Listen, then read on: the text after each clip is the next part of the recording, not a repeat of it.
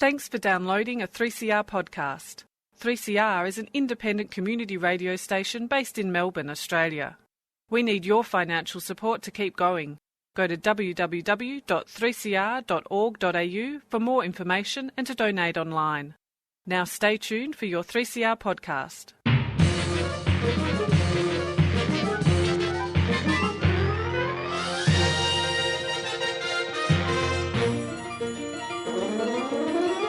Hello and welcome to Lost in Science. Yes, we are lost. We are also in science, and that's pretty much the theme of the show. I don't think I need to explain it any further. Perhaps to help me with some sort of explaining by example, we have someone who's very much lost in science. We have Claire joining me. Hello, Chris. Yeah, I am. I mean, I've been getting lost in science for a while now, actually. Yeah, and I got to tell you, 5 stars. Oh, really? I really recommend it. But you know what? Interesting you say lost and found, because this week on the show, I have a story for you about an animal that wasn't necessarily lost, but it has been found. It is a very special possum. Oh. And it's been found. Yeah. Have you ever heard of the leadbeater's possum? I have, yes. Yeah. Little tiny one. Little tiny one. And is it not the Victorian, mammal or marsupial emblem? It is the Victorian faunal emblem. Yep. Look at you, Chris. You've really earned your Victorian stripes there. So and part of the reason it's the Victorian faunal, not floral, emblem is because it's only been found in Victoria up until last week.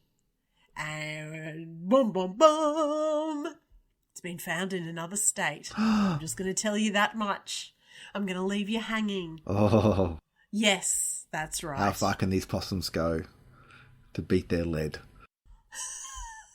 How about you, Chris? Well, by the way, I did not mention found, but thank you for bringing that in. Oh, I just made that connection myself. Yeah, that's fine. It's appropriate, thematically appropriate. I was going to go there. So, kudos to you. I am talking about a condition that I suppose affects some people. I've had a bit of this myself, a bit of sleep apnea sometimes, which I'm starting to get a bit concerned about. I don't think it's in a really serious stage yet for me. But anyway, there is this kind of, I'm mentioning it because there's this sort of thing I've seen go around on social media, the idea for things like snoring and stuff like that, taping your mouth shut, which sounds like an obvious, simple solution. Or it sounds like some sort of medieval torture device or something like that, like waking up with your mouth taped shut. Sort of sounds terrifying. Yeah, the medieval torturers, they were big on the tape. They were big on the gaffer tape. That was, yeah. They would do that thing where they rip it off, Can you stand that? Yeah. So anyway, there is this trend going around. There's been some research into it. I don't want to give spoilers, but not looking good for the mouth tapers, let's just say. But yeah, no, I thought I'd better look at that, what's going on, what the actual evidence says, and yeah, what the real situation is. So that is the plan. So sleep on that one, or don't sleep on that one. I don't know. Anyway, let us continue getting lost. And found.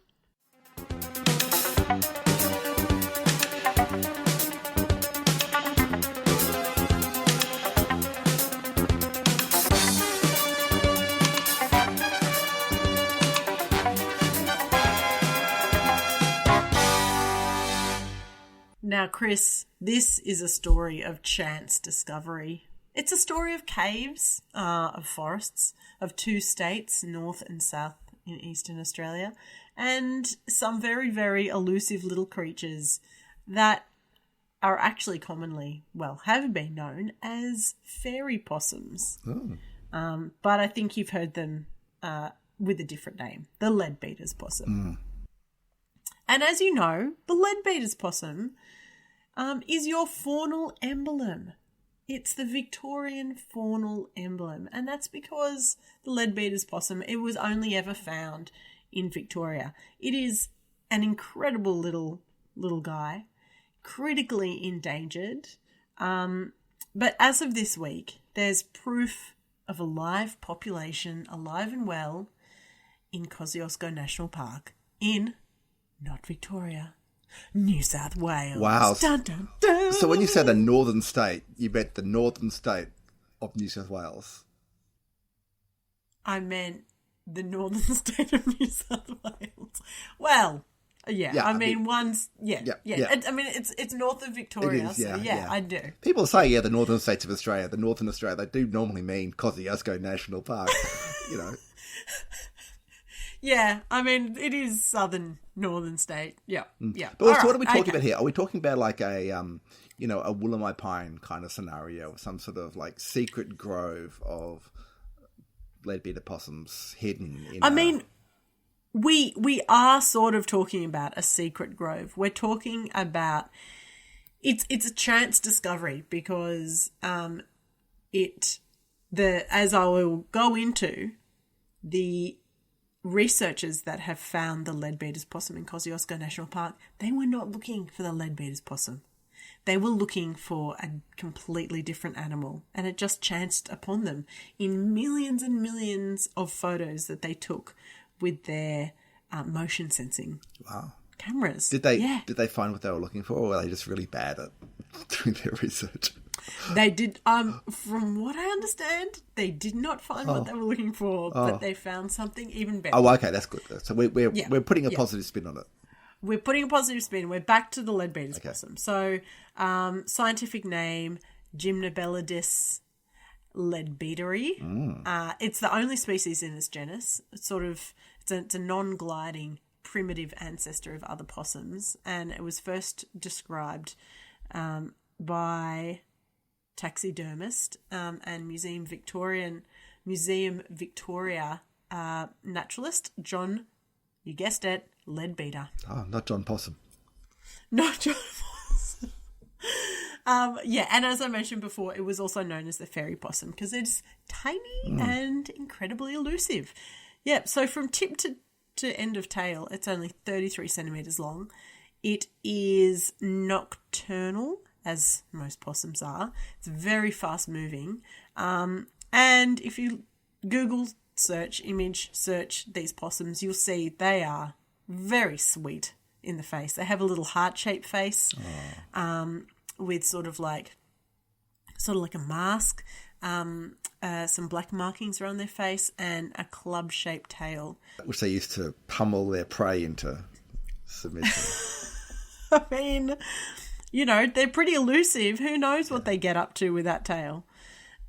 They live high up in the forest canopy, but they need quite dense undergrowth for travel, and they need really good tree hollows for nesting. Okay. Now, one interesting thing about them, they live in these small family colonies, often with one dominant female. They're very strongly matriarchal. So young female leadbeater possums are normally pushed out of the nest early to avoid breeding competitions. So there's actually quite the male to female ratio in a group of leadbeaters skews more to the males. So it's like a 3-to-1 male to female ratio. And they nest all together inside hollows between around 6 to 30 metres up in the trees, and have quite large territorial sizes as well. So 3 hectares for such a little animal to have, 3 hectares. It seems like they really don't like their neighbours. So 3 hectares for a group. Yeah, 3 hectares for a group. Okay. Yeah, I mean, which is quite a bit. So, and what do they eat? Do they eat? I'm assuming they eat something cute like nectar and stuff. Yeah, look, they're omnivores, like a lot of possums. They feed on insects and other arthropods, and something called lerps. Oh yes, yeah. Yeah, I know. Yeah, I know lerps. Yeah.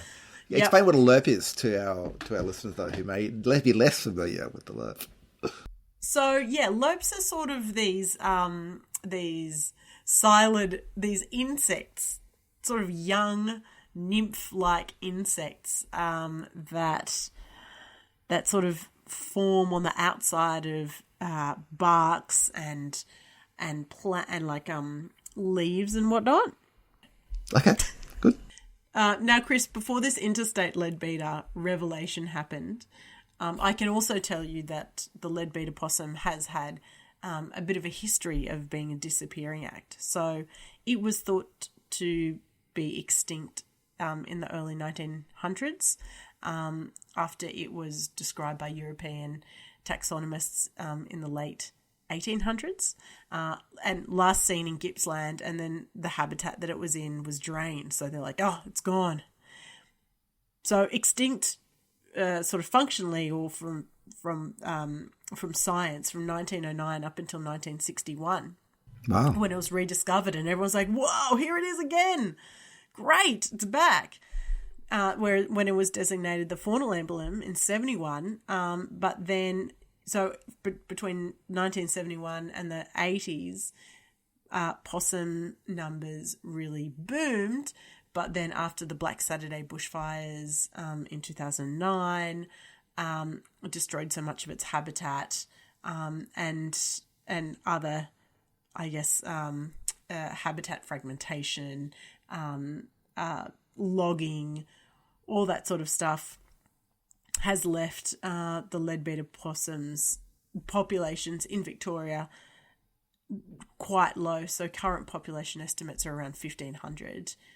Some colonies have fewer than 40 individuals. Wow. So we're talking about a very critically endangered species. So this discovery is a big one in the world of conservation biology, and the way that it all took place, like I mentioned in the intro, if you remember back, set your mind back to 2024, and we had two researchers, so Fred Ford and Martin Schultz last year. They set out looking for a different animal, and this animal was called a smoky mouse. They were looking for the smoky mouse, another elusive animal. And the way that they found this was, or the way that they went about trying to find the smoky mouse was installing trail cameras in Kosciuszko National Park. So near a place called Urangabili Caves, if you've ever been there. No. There's incredible limestone caves and geothermal springs, and there's like a whole pool down there. It's pretty amazing. So it's like quite close to where tourists hang out. But upon reviewing the footage, and this is like millions of images of footage from these trail cameras, they found seven images of a leadbeater's possum dashing across the screen. So from millions and millions of images, 7 were found. Wow. And they were independently verified by experts. It's the first live evidence of the species in New South Wales. They don't know anything about, how genetically distinct they are from the Victorian populations, what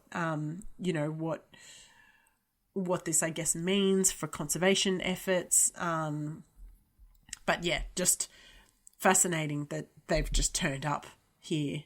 And, you might be asking why it took so long to find this population. They are so small. They're nocturnal. They're camouflaged. They're hard to spot. And yeah, just previously there were no camera traps in the right areas. Yeah.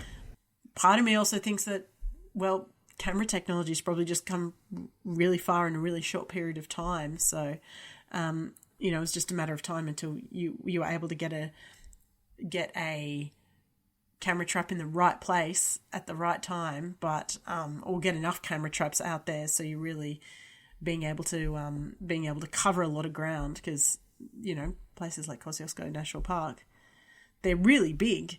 And this is something that researchers David Lindenmayer, Darcy Wachtren, and Jana Dellenberg, they've written a conversation piece about this and about the leadbeater's possum's chance discovery, and they really just highlight that national parks like Kosciuszko National Park, it's 690,000 hectares of largely undisturbed habitat. So leadbeater's possums and other threatened species, they're hard to detect, and they might be in these large swathes undisturbed habitat, but we need that like huge space and protect those extensive areas of good quality habitat for them to have a chance of life.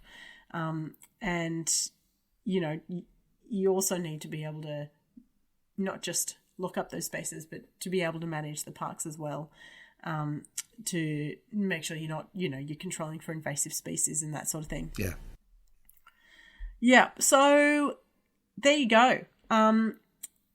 Although the discovery, you know, it doesn't save the leadbeater's possum just quite yet, but it does give us hope that maybe there are more possum-shaped surprises out there, because, you know, Chris, nature, it's a little bit like the leadbeater's possum. It just has a habit of leaping out when you least expect it. Life finds a way, as they say. Science, the final frontier.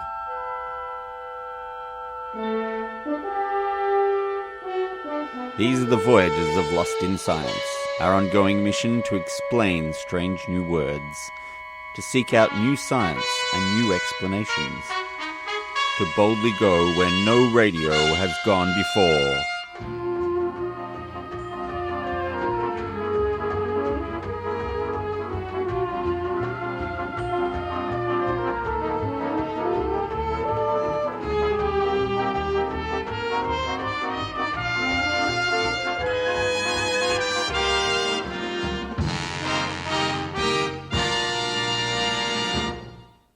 Okay, yes, you listen to Lost in Science, and I am talking about snoring, I guess. Well, specifically sleep apnea, which, look, is a serious health issue. Let's be frank here. Serious? Well, yeah, it is. Like this. I mean, sleep apnea is serious. Sleep apnea isn't is not snoring. Yeah. Sorry, but, snoring. I mean, it's seriously debilitating if you're sleeping next to someone who's snoring. You don't get any sleep. Well, but anyway, I'm sorry. I'm not taking the side that I should be taking. No, that's fine. That's fine, because that is actually, I mean, normally we do feel more sympathy for the people who actually have the condition, as you are. But no, that is actually an interesting point, because when we talk about it being a serious issue, yeah, a lot of concern is about its effect on sleep. We all know that sleep is important, and a lot of the health effects seem to be related to, like, you know, lack of quality sleep. You know, people point to things like, you know, daytime drowsiness and irritability and that kind of stuff, increased risk of accidents and this sort of thing. You know, can have those kind of tiredness-related health effects, I suppose, but it can have, other more complicated ones. I should explain what we're talking about here. So, specifically when talking about sleep apnea, we're talking about primarily obstructive sleep apnea. There are two kinds of sleep apnea, by the way. Okay. There is obstructive sleep apnea, which is basically when you're snoring and basically your airway collapses and you stop breathing for a brief period of time. Right, that sounds terrifying. And then you come back going, you know, come back to it. So yeah, it sounds terrifying. Apparently it's not as terrifying as it sounds, because it's believed to be very rare that you could actually, like, suffocate from it. Like, you know, you do kind of start breathing again. But that's essentially what it is. It's called obstructive sleep apnea because the airway is obstructed. There's also central sleep apnea, which is where it's more about the mechanisms, like in the brain and so forth, that regulate breathing. And that's what can also cause this kind of same sort of thing. But we're primarily talking about the snoring-related obstructive sleep apnea. And as I said, it has health effects, and some of those are, tiredness-related. Some of those are also, like, you know, when I say it's health effects, it's associated with many health effects. Some of them seem to be kind of correlational. So sleep apnea, for instance, is more common with obesity, like when there's, say, increased fatty tissue around the neck, around that part of the body. And, of course, obesity can be related to other health conditions as well. So, you know, sometimes, you know, the cause and effect is hard to unpack with these things. But there have been studies of looking at stuff like high blood pressure, for instance, and that it can lead to higher blood pressure, you know, during the night, but also during the day as well. Like, it seems to affect the body's ability to regulate blood pressure.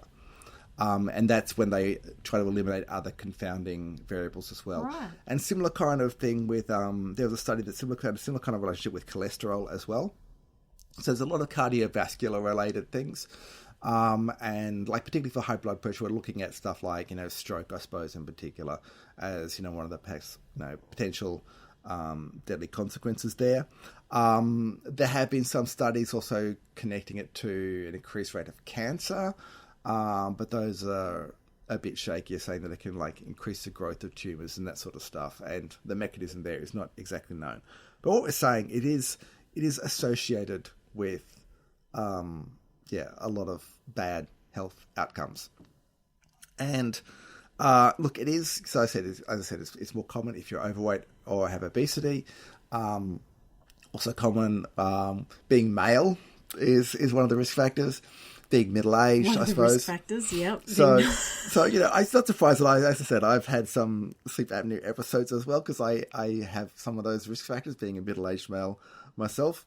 And it's exacerbated by things like, hay fever, which I also experience. I have a bit of a blocked nose at the moment, but that's probably just a cold rather than anything else. Sleeping on your back, obviously, is one of those snoring-related things, which I know for myself tend to do because the cat likes to perch on my chest, and so you kind of leave a little space there. And Chris, are you blaming the cat for your cat. sleep apnea and snoring? Yeah, thought as much. But it gives reason for things like one of the reasons why I'm trying to cut back on alcohol, for instance, because that is something that also relates to increased risk of these kind of things. So there's lots of stuff like that. But of course, the main treatment that people would be familiar with is the CPAP machine. Oh, and is that sort of like a breathing device with tubes that sort of comes out and fits on your face, sort of like something out of Dune? I feel like out of Dune. Yeah. I was thinking Darth Vader, but it's more like a Dune kind of a thing. Yeah. Continuous positive airway pressure basically is blowing air through to keep the passages open, I suppose. So Darth Vader just had sleep apnea during his waking. He was awake as well. Yeah, I don't know. By the way, the CPAP machine is an Australian invention. It was invented by Colin Sullivan from the University of Sydney and the Royal Prince Alfred Hospital. So good on you, Colin. Yeah, back in the 80s, invented the CPAP machine. Another middle-aged white guy. Let's not pick on Colin Sullivan now. No. Anyway, so that's the main treatment when people have more severe sleep apnea, and you go to sleep clinics, you get studies for this sort of thing to see whether you are suffering for this particular condition. And the CPAP machine does look, I suppose, it's a big bit of kit.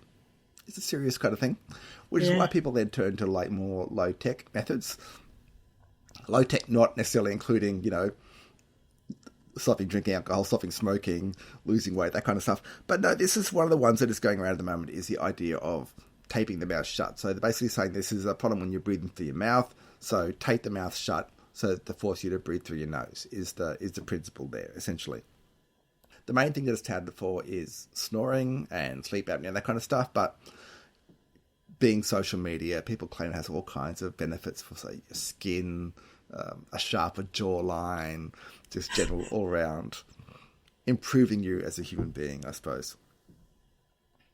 But so that's the thing. And what do you think about this notion? I mean, you compared it to medieval torture, I suppose, assuming that taping existed in the it's kind of the Middle Ages, but we've already covered that. I mean, whatever. If it works, it works, huh? Well, I guess that's a question. If it works, it works. The question is, does it work, I suppose? And it's an interesting thing because it kind of makes sense that it would have an effect. But I suppose it's also one of those things that probably is fairly easy to study. So there have been quite a few studies on this particular topic. And just recently this year, some researchers in Canada did a systematic review looking at these studies. They whittled it down to 10 high-quality studies they included with 213 participants. So I guess not a huge amount of research. And that's an average of, 20 or so participants per study. So really not a huge one, I guess. But only 2 of these 10 studies showed any statistically significant benefit towards sleep apnea from mouth taping. And even then, the benefits were quite small, unlikely to make much difference to someone's life or some health. So two of them found some actual measurable difference, and it wasn't a clinically important difference. 4 of the studies, though, did highlight that it's not necessarily a very safe procedure. So the idea, there's a few risks basically with taping your mouth shut. Essentially, if the reason you're breathing through your mouth is because you have a nasal blockage, then blocking your mouth is not going to help you breathing. It's going to give you less oxygen, essentially, is the main issue. Yeah. If there is a nasal blockage, it's potentially quite dangerous. There's also, sometimes people will still breathe through the mouth, but because the tape doesn't cover the mouth completely, there might be puffing, they call it, at the side of the mouth. I'm trying to show you how this looks with my hands over my mouth, so that's why my voice is sounding funny now. But it's something like that also does not get you the right amount of oxygen you'd have. So it doesn't really give you the benefit that you would want, or better quality sleep, or better oxygenation overnight. Okay. So you aren't going to be lining up to put the gaffer over your I'm not going to be doing that. I'm saying that, talk to your doctor, stick with standard medical advice, don't listen to social media. Perhaps wise advice that we should all follow, I guess.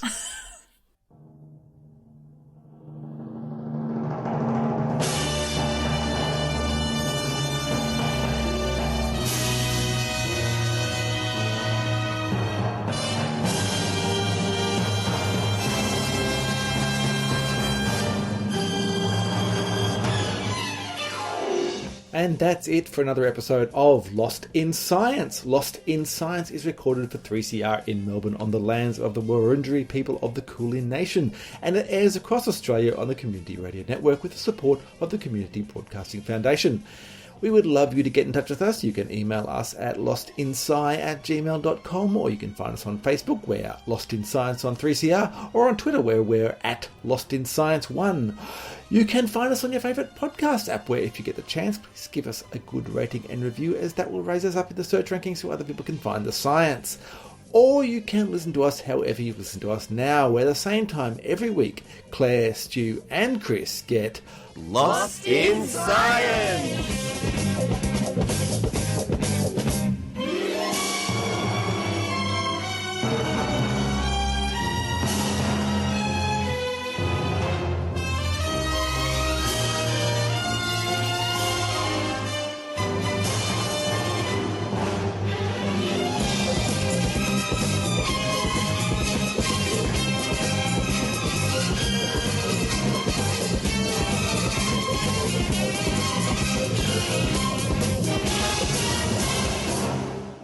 Thanks for listening to a 3CR podcast. 3CR is an independent community radio station based in Melbourne, Australia. We need your financial support to keep going. Go to www.3cr.org.au for more information and to donate online.